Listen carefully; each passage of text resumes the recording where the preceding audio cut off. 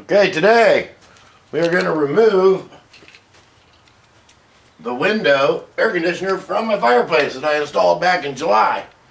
It's on YouTube also. It's how to install in your fireplace. Do it real quick. Here we go. Reverse. Pop this off. Get it out of the way. And then pull your air conditioner out. Oh, this one's not too bad. It's about 60 pounds. And then your hardware, those blocks I told you about that I cut. Get that there. And you got to put your bricks back where they were.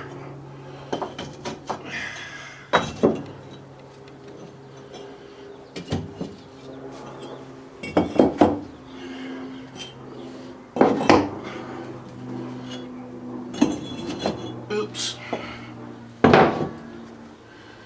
There we go. I see the problem.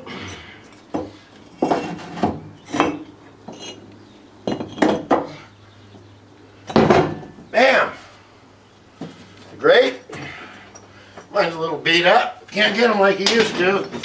Burning this one for years. And then your heart.